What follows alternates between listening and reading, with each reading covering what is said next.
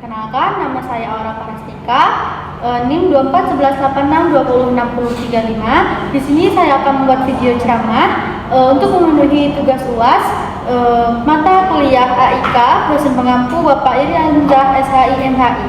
Selamat menyaksikan. Baiklah, di sini saya akan membawakan ceramah dengan judul Hikmah dan Makna Puasa dalam Kehidupan. Assalamualaikum warahmatullahi wabarakatuh. Alhamdulillahirabbil alamin, segala puji hanya milik Allah Subhanahu wa taala yang telah memberikan kita nikmat Islam, nikmat iman dan nikmat kesehatan. Selawat serta salam semoga selalu tercurah kepada junjungan Nabi kita Muhammad sallallahu alaihi wasallam, kepada keluarga beliau, kepada sahabat beliau dan kepada kita semua sebagai umatnya hingga akhir zaman. Hadirin yang dirahmati oleh Allah Subhanahu wa taala. Puasa merupakan salah satu rukun Islam yang wajib dilaksanakan oleh setiap umat muslim yang telah memenuhi syarat.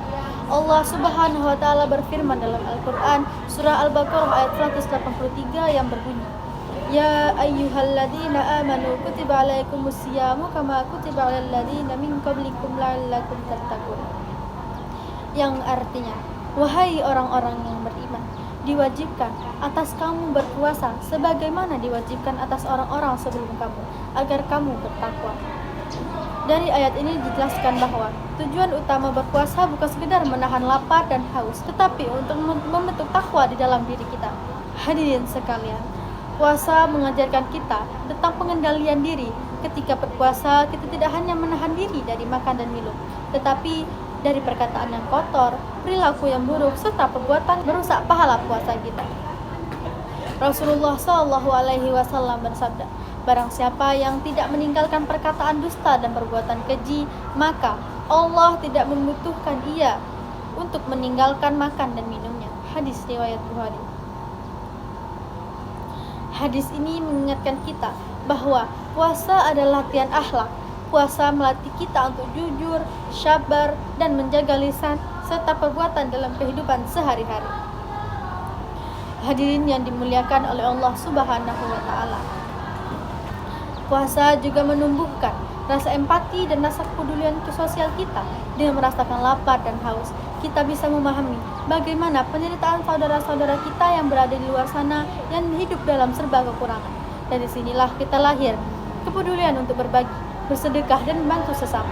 Oleh karena itu, bulan puasa juga dikenal sebagai bulan penuh kebaikan dan solidaritas sosial. Selain itu, puasa mengajarkan kita disiplin dan keikhlasan. Tidak ada yang tahu apakah kita benar-benar berpuasa kecuali Allah Subhanahu wa taala. Inilah yang menjadikan puasa sebagai ibadah yang sangat istimewa. Dalam sebuah hadis qudsi Allah Subhanahu wa taala berfirman, puasa itu untukku dan aku sendiri yang akan membalasnya. Hadis riwayat Bukhari dan Muslim. Ini menunjukkan bahwa betapa besar keutamaan puasa di sisi Allah Subhanahu wa taala. Hadirin sekalian, puasa juga memiliki pemanfaatan bagi kesehatan jasmani dan rohani. Dengan berpuasa, tubuh kita diberi waktu untuk beristirahat dan memperbaiki sistem metabolisme.